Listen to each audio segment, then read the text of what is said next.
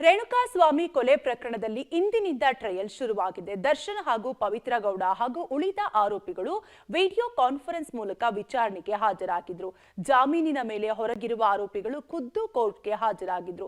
ವಾರದಲ್ಲಿ 4 ದಿನ ವಿಚಾರಣೆ ನಡೆಸಲು ಕೋರ್ಟ್ ಸೂಚಿಸಿದೆ. ಈ ಕುರಿತ ಕಂಪ್ಲೀಟ್ ಡೀಟೇಲ್ಸ್ ಇಲ್ಲಿದೆ, ನೀವೇ ನೋಡಿ. ರೇಣುಕಾಸ್ವಾಮಿ ಕೊಲೆ ಕೇಸ್ ಟ್ರಯಲ್ ಶುರು. ವಾರದಲ್ಲಿ 4 ದಿನ ಟ್ರಯಲ್ಗೆ ಕೋರ್ಟ್ ಅಸ್ತು. ಕೋರ್ಟ್ಗೆ ನಟ ದರ್ಶನ್ ಖುದ್ದು ಹಾಜರಿಗೆ ಅರ್ಜಿ. ರೇಣುಕಾಸ್ವಾಮಿ ಕೊಲೆ ಪ್ರಕರಣದಲ್ಲಿ ವಾರದಲ್ಲಿ 4 ದಿನ ಟ್ರಯಲ್ ನಡೆಸಲು ಸಿಸಿಎಚ್ 59ರ ಸೆಷನ್ಸ್ ನ್ಯಾಯಾಲಯ ಸಮ್ಮತಿ ಸೂಚಿಸಿದೆ. ದಿನ ಬಿಟ್ಟು ದಿನ ವಿಚಾರಣೆ ನಡೆಸಲು ಎಸ್ಪಿಪಿ ಮನವಿ ಮಾಡಿದ್ರು. ಪ್ರತಿದಿನ ವಿಚಾರಣೆಗೆ ಸಹಕರಿಸಲು ಪ್ರಾಸಿಕ್ಯೂಷನ್ ಸಿದ್ಧವಾಗಿದೆ. ಸುಪ್ರೀಂ ಕೋರ್ಟ್ 1 ವರ್ಷದಲ್ಲಿ 60 ಪ್ರಮುಖ ಸಾಕ್ಷಿಗಳ ವಿಚಾರಣೆಗೆ ಸೂಚಿಸಿದ್ದು, ಪ್ರಕರಣದ ವಿಚಾರಣೆ ಅನಗತ್ಯ ಮುಂದೂಡಿಕೆ ಮಾಡದಂತೆ ಎಸ್ಪಿಪಿ ಮನವಿ ಮಾಡಿದ್ರು. ಈ ವೇಳೆ ಸಾಕ್ಷಿಯೊಬ್ಬರ ಕ್ರಾಸ್ ಎಕ್ಸಾಮಿನೇಷನ್ಗೆ ದರ್ಶನ್ ಪರ ವಕೀಲ ಸುನಿಲ್ ಸಮಯ ಕೇಳಿದ್ರು. ಸಾಕ್ಷಿ ಪರ ಸವಾಲ್ಗೆ ಸಮಯ ನೀಡದಂತೆ ಆಕ್ಷೇಪ ಎತ್ತಿದ ಎಸ್ಪಿಪಿ ಪ್ರಸನ್ನಕುಮಾರ್ ತ್ವರಿತಗತಿ ವಿಚಾರಣೆಗೆ ಮನವಿ ಮಾಡಿದ್ರು. ಈ ವೇಳೆ ಸುಪ್ರೀಂ ಕೋರ್ಟ್ ನಿರ್ದೇಶನದಂತೆ ತ್ವರಿತಗತಿ ವಿಚಾರಣೆಗೆ ಸಹಕರಿಸಿ ಅಂತ ಜಡ್ಜ್ ಸೂಚಿಸಿದ್ರು.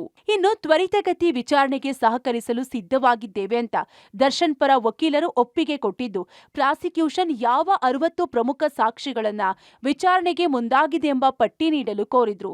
ಸುಪ್ರೀಂ ಕೋರ್ಟ್ ಸೂಚನೆಯಂತೆ ತ್ವರಿತಗತಿ ವಿಚಾರಣೆಗೆ ಸಿದ್ಧವಿರಲು ಸೂಚಿಸಿದ ಸೆಷನ್ಸ್ ಕೋರ್ಟ್, ವಾರದಲ್ಲಿ 4 ದಿನ ವಿಚಾರಣೆ ನಡೆಸೋಣ, ಅಗತ್ಯವಿದ್ದಲ್ಲಿ 5ನೇ ದಿನದ ವಿಚಾರಣೆಗೂ ಸಿದ್ಧವಿರಲು ವಕೀಲರಿಗೆ ಸೂಚನೆ ನೀಡಿದ್ರು. ವಾರಕ್ಕೆ ಕನಿಷ್ಠ 2 ಸಾಕ್ಷಿಗಳ ವಿಚಾರಣೆ ಮುಗಿಸಲು ಕೋರ್ಟ್ ಸೂಚನೆ ನೀಡಿದ್ದು, ತಿಂಗಳಿಗೆ ಕನಿಷ್ಠ 8 ಸಾಕ್ಷಿಗಳ ವಿಚಾರಣೆ ಮುಗಿಸಲು ಪ್ರಾಸಿಕ್ಯೂಷನ್ ಮತ್ತು ಆರೋಪಿಗಳ ಪರ ವಕೀಲರಿಗೆ ಕೋರ್ಟ್ ಸೂಚಿಸಿದೆ. ಇನ್ನು ದರ್ಶನ್ ಪರ ವಕೀಲ ಸುನಿಲ್ ಕೋರ್ಟ್ಗೆ ಅರ್ಜಿ ಸಲ್ಲಿಕೆ ಮಾಡಿ ದರ್ಶನ್ ಖುದ್ದು ಹಾಜರಿಗೆ ಅವಕಾಶ ನೀಡುವಂತೆ ಮನವಿ ಮಾಡಿದ್ರು. ನಾಳೆ ಪ್ರಾಸಿಕ್ಯೂಷನ್ ಈ ಬಗ್ಗೆ ಆಕ್ಷೇಪ ಸಲ್ಲಿಸಲಿದ್ದು, ಅರ್ಜಿ ವಿಚಾರಣೆ ನಾಳೆಗೆ ಮುಂದೂಡಿಕೆಯಾಗಿದೆ.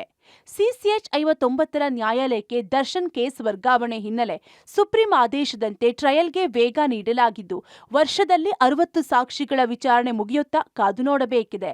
Narasimhamurthy, Gavinagamangala, crime bureau, public TV, Bengaluru.